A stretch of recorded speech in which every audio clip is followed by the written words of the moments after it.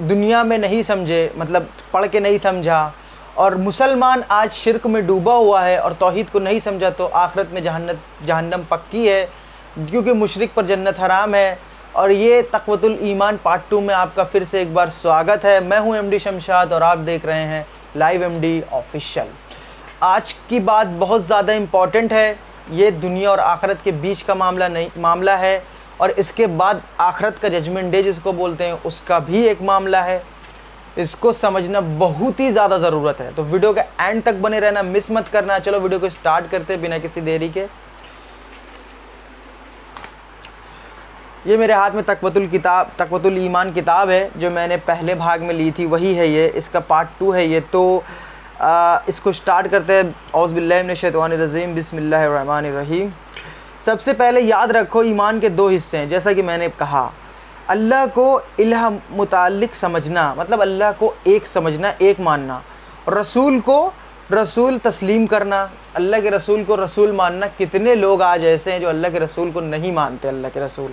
और अगर वो अल्लाह के रसूल को फॉर्मेलिटी ऊपर से कह भी देते हैं कि ये रसूल हैं, लेकिन हदीस पे उनका यकीन नहीं है, कहते हैं हदीस बदल दी गई, ये वो दुनिया के लैब करके बोलते हैं। तो उनके लिए ये दोनों चीज़ें, ये उनके लिए ये बात बहुत ज़्यादा इंपॉर्टेंट है, इसको ध्यान से सुनना। अल्लाह को इलाह मुताल्लिक़ समझने का मतलब ये है कि उसके साथ किसी को शरीक ना किया जाए, उसके साथ किसी को शरीक ना किया जाए। ये बहुत ज़्यादा इंपॉर्टेंट है, इसका पूरा तफसील आगे मैं ले लेता हूँ। रसूल को रसूल तस्लीम करना यह है कि उनकी राह इख्तियार की जाए, मतलब अल्लाह के रसूल को रसूल मानना, मतलब उनके कदम ब कदम चलने की कोशिश की जाए और चला जाए। ठीक है।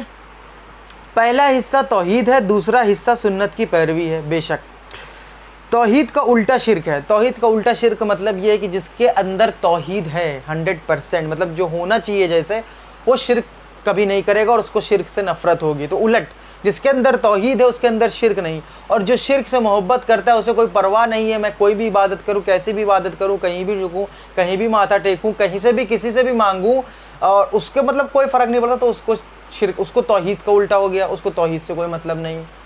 तो लोगों को लेकिन इस चीज़ की जानकारी भी कम है, इसलिए मैं दे रहा हूँ। और सुन्नत का उल्टा बिद्दत है। सुन्नत का उल्टा बिद्दत मतलब जो काम अल्लाह के रसूल से साबित है, वो काम हमको जान के, देख के, पढ़ के करना चाहिए, और जो नहीं पता उससे बचना चाहिए और इल्म हासिल करना चाहिए, क्योंकि इल्म हर मुसलमान पर हासिल करना फ़र्ज़ है।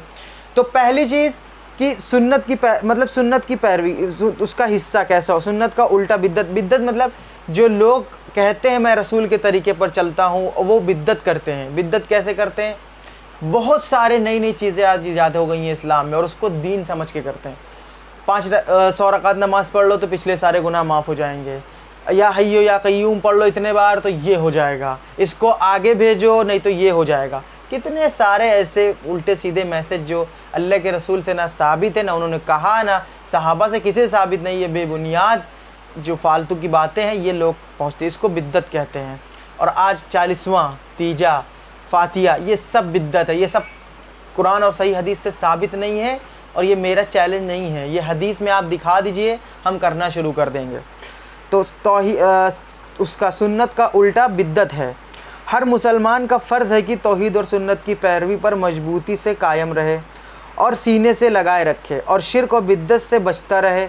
शिर्क और बिद्दत ही ईमान के गुण हैं जिनसे ईमान जाता रहता है। आप एक टंकी में गेहूँ 1 कुंटल डाल दीजिए, ठीक है, उसके 6 महीने के बाद देखिए उसमें गेहूँ घुन पड़ जाते हैं, पापा बोलते हैं जिसको, और वो गेहूँ को खाते रहते। अगर आप ना निकालो साल 2 साल तो पूरा आटा बना देंगे खा के। उस तरह वाला आटा नहीं जो रोटी खाते हैं, गंदगी वाला आटा पूरा तहस नहस कर देते हैं। तो शिर्क और बिद्दत ईमान को ऐसे खाती है कि जैसे ये घुन खाते हैं, वैसे ही लिखा हुआ है इसमें। घुन है जिसमें ईमान जाता रहता है। दूसरे गुनाहों से सिर्फ ईमान में रुकावट पैदा होती है। मतलब जैसे बड़े बड़े गुनाह करते हैं तो ईमान हमारा कम ज़्यादा होता है, लेकिन ईमान रहता है, रुकावट बनता है। और भी चीज़ें कि मतलब हम पूरी तरह से ईमान में दाखिल नहीं हो पा रहे हैं, तो ये चीज़ है, रुकावट पैदा होती है। इसीलिए जो आदमी तौहीद का मानने वाला और सुन्नत का पैरोकार हो, शिर्क और बिद्दत से उसे नफ़रत हो, और उससे उसके पास बैठने से तौहीद और सुन्नत की पैरवी का शौक़ पैदा होता हो, उसी को उस्ताद और पीर समझना चाहिए। ये बड़ी इंपॉर्टेंट बात है। आज हम लोग किसको पीर और किसको मतलब जो समझते हैं, जो लिखा हुआ है इसमें, उस्ताद और पीर जो होता है, किसी को भी कुछ भी बोल रहा है बैठ के, बक बक बक बक कर रहा है, अब्दुल कादिर जिलानी ने ये किया, गौसे आज़म ने नौज़ बिल्ला ये किया, गौसे आज़म का मतलब होता है सबसे बड़ा मददगार, इसका बोलना शिर्क है, ये किया वो किया, लोग ऐसे कर रहा और यूट्यूब पे देख रहे हैं और उनके फॉलोअर्स भी बहुत अच्छे हैं, लेकिन दुनिया में उनकी ऐश है। मैं फिर यही कहूँगा, आखिरत में उनका कोई हिस्सा नहीं, क्योंकि आलिम लोग के ऊपर बहुत ज़्यादा जिम्मेदारी है सही बात पहुँचाने की। मैं आलिम नहीं हूँ, मैं एक नॉर्मल पढ़ा लिखा हूँ, मुझे कोई ख़ास इल्म नहीं है, लेकिन हाँ अल्हम्दुलिल्लाह जितना सही इल्म पता है मैं आपके सामने रखना चाहता हूँ और बताना चाहता हूँ, क्योंकि अल्लाह के रसूल की हदीस वो साफ़ याद है मुझे कि एक आयत भी सही से पता हो तो लोगों तक पहुँचाओ। तो इसलिए मैं ये कोशिश कर रहा हूँ कि मेरे मतलब हम ये चीज़ कर लें, बाकी इंशाल्लाह और भी लोगों को देख के शौक़ पैदा होगा कि हाँ ये करना चाहिए। तो इससे किसी की ठेस पहुँचाना नहीं है, बस अपनी बात रखना है। तो अब आप जान लेते हैं कि शिर्क तो आपने बहुत सुन लिया, बिद्दत भी सुन लिया, शिर्क के काम क्या है, इसको लेके अपनी बात को ख़त्म करते हैं। शिर्क के काम, ठीक है, शिर्क के काम जो इसमें इम्पॉर्टेंट है वो मैं रख देता हूँ, बाकी आप समझ लेना, बाकी मैं बता देता हूँ। अच्छा ठीक है। आम तौर से लोग अड़े वक्त में पीरों, पैगंबरों, इमामों को, शहीदों को, फरिश्तों को और परियों को पुकारा करते हैं। सही बात है। इब्राहिम अलैहिस्सलाम की कौम चाँद, सूरज सबको खुदा मानती थी। कोई ऐसे मूसा अलैहिस्सलाम में बछड़े को, गाय को माबूद बना लिया गया था। आप जितने भी नबी आते जो पहले के लिखा हुआ है, अल्लाह के रसूल के टाइम आने से पहले पूरी दुनिया में, मक्का में, पूरी दुनिया में बुत को पूजा जाता था। ठीक है, हक का पता नहीं था, बातिल जो था वो इतना ज़्यादा था, तो लोग पीरों को मानते थे, उनकी कब्रों को चादर चढ़ाते, ये करते, पहले भी ये सब होता था और अभी भी हो रहा है लोग, लेकिन उसको गलत नहीं समझ रहे हैं। ठीक है, फरिश्तों को लोग पूजा करते कि जिब्राइल आए हैं तो ये खुदा हैं, मतलब बहुत सारे मनगढ़ंत चीज़ें रहती थी, पुकारा करते, उनसे मुरादें मांगते हैं। आपको पता ही आज मज़ार पे कितनी मुरादें मांगी जाती हैं, उन्हीं की मिन्नतें मानते हैं, मुरादें पूरी करने के लिए उन्हीं पर नाज और नियाज चढ़ाते हैं। आज है नहीं है, मेरा बच्चा सही से पैदा हो जाए मैं देवा शरीफ जाऊँगा, ठीक है, मेरा बच्चा सही से पैदा हो जाए मैं अजमेर शरीफ ज़ियारत के लिए जाऊँगा, मेरा बच्चा सही से पैदा हो जाए मैं सैयदा बीबी की कहानी, पता नहीं कौन सैयदा बीबी अल्लाह जाने, और उनकी कहानी सुन के टॉफ़ी बांटी जाती है। 16 सैयद, ये भी कौन है अल्लाह जाने, ना कुरान का पता ना हदीस का पता। अच्छा मैं एक चैलेंज करता हूँ इनको, हमारा अल्लाह का शुक्र है कुछ बिगाड़ लें, मैं इनको कह रहा हूँ 16 सैयद, सैयदा बीबी बिगाड़ लें, आके मार दे मुझे जान से, फिर और क्या बताऊँ। ये चीज़ जब इंसान के अंदर आ जाएगी कि मेरा नुकसान सिर्फ मेरा नुकसान अल्लाह ने किया और फ़ायदा भी अल्लाह ने किया, जो मेरे लिए था सब अल्लाह ने किया, वो बेहतर है, तो उस दिन ये 16 सैयद और सैयदा बीबी साइड में कर देंगे इनको। खैर छोड़ो, मन्नतें चढ़ाते हैं और बीमारियों से बचने के लिए अपने बेटों को उन्हीं की तरफ मंसूब कर देते हैं। मेरा बेटा ठीक हो जाए मैं आपकी राह में ग़ुलाम बना दूंगा, मेरा बेटी ठीक हो जाए मैं आपके लिए दे दूंगा, है नहीं है। किसी का नाम अब्दुल नबी, किसी का नाम अली बख्श, किसी का हुसैन बख्श, किसी का पीर बख्श, किसी का मदरा बख्श, किसी का सलार बख्श, किसी का ग़ुलाम मईनुद्दीन और किसी का ग़ुलाम मईनुद्दीन वगैरह है। ये शिरकिया नाम है, ये भी रखते हैं।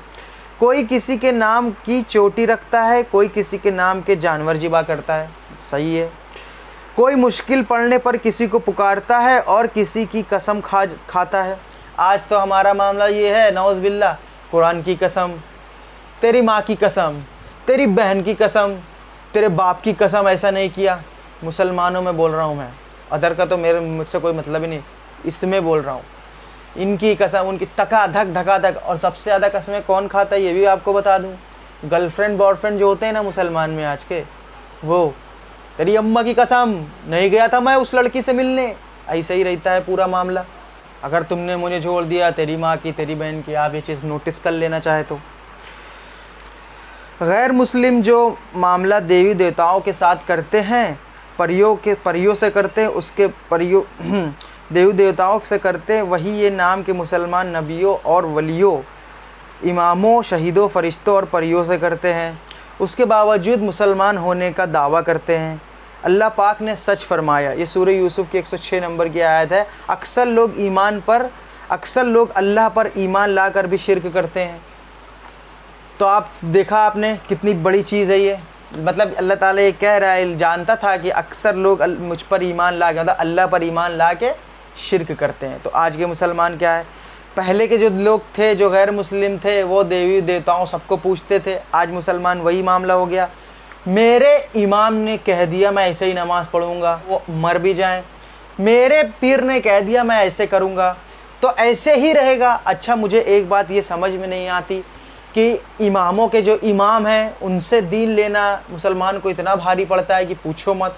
और जो गैर इमाम हैं, जिनका न दीन में कोई बुनियाद है ना कुछ, उनको ऐसा चाटते हैं, ऐसे तलवे उनके चाटते हैं कि बस जन्नती मिल गई उनको दुनिया में। और जैसे लगता है स्टाम्प पेपर पे उनसे लिखवा लिए हैं कि नहीं, मरने के बाद हम तुमको बख्शवा ले बैगन में चाहे जो हो जाए। ये क्या है सोच, हमें समझ में नहीं आ रही। और मतलब आप खुद सोचो कि अब इमाम अबू हनीफा को देख लो, इमाम अबू रहमतुल्लाह अलैह का कॉल क्या है। मेरी बात अगर अल्लाह के रसूल से मैच करे तो मानो नहीं, दीवार पे दे मारो। मैं कहता हूँ उनकी बात को लेने की ज़रूरत क्या है? इमाम अबू हनीफा की बात को लेने की ज़रूरत है, और अगर है भी तो अल्लाह के रसूल से ले सकते हैं। हदीस मौजूद है, 4 इमाम, इमाम अबू हनीफा रहमतुल्लाह अलैह हम्बल, और भी 2 इमाम जो है मुझे नाम भी नहीं पता है सही से, तो उनको लोग इतना मान रहे हैं कि उनके मानने वाले पड़े हुए हैं। अच्छा, अल्लाह के रसूल की सही हदीस मौजूद है, उससे कोई मतलब नहीं है। अपनी अपनी किताबें बना ली हैं, अपना अपना मान रहे हैं। तो आप समझ गए होंगे शिर्क क्या है, कैसा था। ये तो अकबर है, शिर्क अकबर, और शिर्क असगर भी, छोटा भी होता है। शिर्क किसी तरीके का भी हो, माफ़ नहीं है कोई हाल में, आपको पता ही है, कुरान में साफ साफ लिखा है। हम शिर्क छोड़ के हर गुनाह माफ़ कर देंगे, लेकिन शिर्क नहीं माफ़। उसकी वजह है, उसका इंशाल्लाह नेक्स्ट पार्ट फिर लेकर मैं कभी आऊँगा। वीडियो अच्छी लगी हो तो सब्सक्राइब करना, वीडियो तो अच्छी है ही, तुमको ना लगी हो तो भाई बात की बात है। और अगर भाई थोड़ा मतलब मेरी लैंग्वेज ऐसी है और अगर आपको कोई तकलीफ़ हुई हो तो माफ़ी चाहते हैं, क्योंकि ये सच बात है। अक्सर लोगों को सच बात हजम नहीं होती। तो बस वीडियो को शेयर करना और सवाब के जो है हकदार बनना आप भी। तो मिलते हैं अपनी अगली नेक्स्ट वीडियो में, तब तक के लिए अस्सलाम वालेकुम, जय हिंद।